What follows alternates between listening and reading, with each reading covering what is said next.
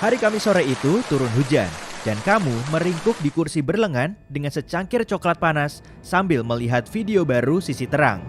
Tiba-tiba, terlihat bayangan mengerikan di atasmu. Ada monster di dinding dengan 100 kaki dan antena di kepalanya. Kamu mencoba menghubungi bantuan sekaligus ibumu. Saat sedang menelepon, tamumu bergerak secepat kilat.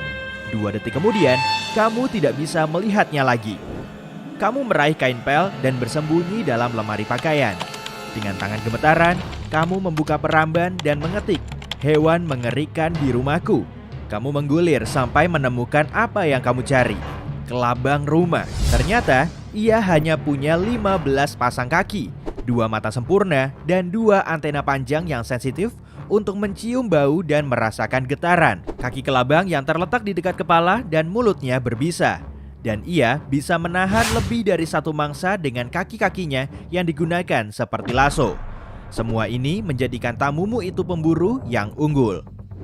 Entah bagaimana, semua halaman web yang kamu baca menyarankan untuk membiarkan hewan itu dan bersyukur ia ada di rumahmu.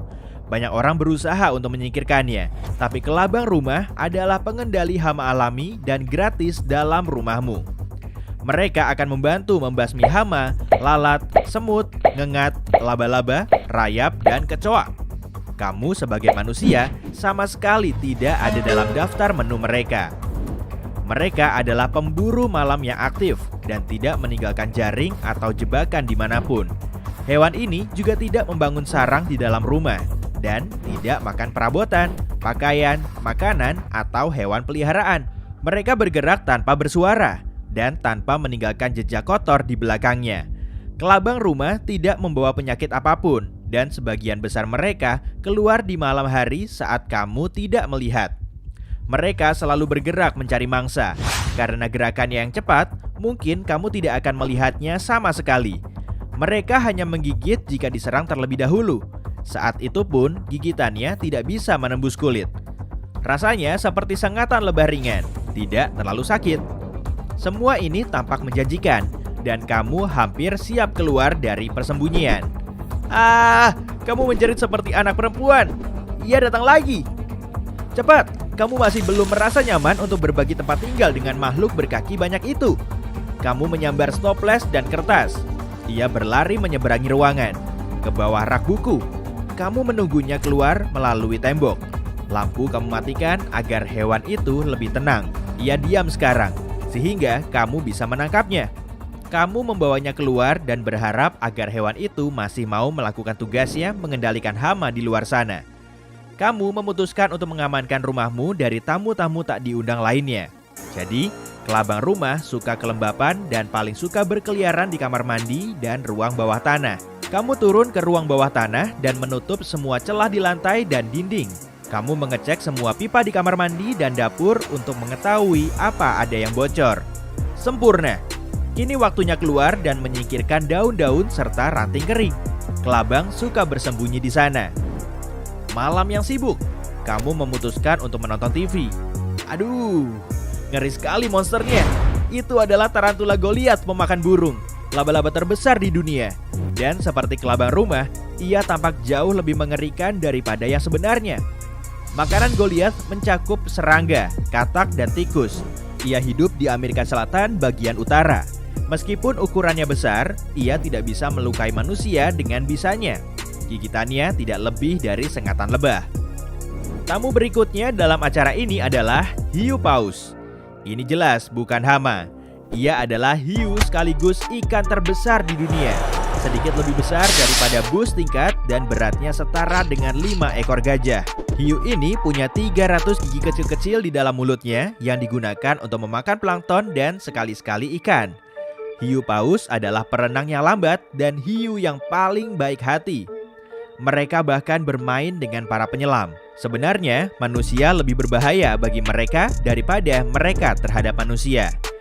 Meskipun ukurannya raksasa, kaki 1000 Afrika raksasa adalah hewan yang pemalu dan lebih suka bersembunyi di bawah bebatuan sepanjang hari. Yang bisa diserangnya hanyalah daun-daun kering di tanah.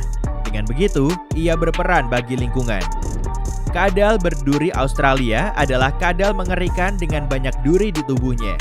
Mereka bergerak di sekitar semak-semak dan gurun untuk mencari semut. Itulah makanan favorit mereka dan satu-satunya. Mereka bisa makan ribuan semut kecil dalam sehari. Mereka menangkap semut dengan lidahnya yang lengket. Kadal berduri menggunakan durinya untuk melindungi diri melawan pemangsa dan tidak akan menyerang manusia. Kekuatan supernya adalah berubah warna mengikuti perubahan suhu. Kelelawar berwajah keriput hidup di Amerika Tengah dan Selatan. Mereka hanya makan buah-buahan dan bentuk wajah serta kulitnya membantunya dalam hal ini. Mereka tidak mengenal tata krama ketika makan dan membenamkan seluruh wajahnya ke dalam makanannya. Semua keriputnya membantu cairan buah langsung masuk ke dalam mulutnya. Wah, keren sekali idenya. Aku harus mencobanya. Aye-aye adalah lemur yang hanya hidup di Madagaskar. Kepercayaan kuno setempat mengatakan bahwa bertemu aye-aye benar-benar membawa kesialan. Sebetulnya, aye-aye adalah makhluk tidak berbahaya yang memakan serangga dan larva. Ia mengetuk-ngetuk batang pohon dengan cepat untuk mendapatkan makanan dan mengeluarkannya dengan jari tengahnya yang panjang. Aye-aye lebih suka tinggal di pepohonan dan hampir tidak pernah turun ke tanah. Jadi, hampir tidak mungkin kamu akan bertemu dengannya. Jika kamu mengunjungi Nepal atau India dan menjumpai seekor buaya dengan hidung sempit yang panjang, jangan panik. Itu adalah gavial. Buaya adalah kerabat mereka yang terdekat, tapi gavial bukan buaya. Gavial adalah spesies unik yang berbeda. Hidungnya yang aneh sangat sesuai untuk menangkap ikan. Ikan adalah makanan favorit mereka. Gavial dewasa, penyayang dan perhatian terhadap anaknya, serta makhluk yang sangat pemalu.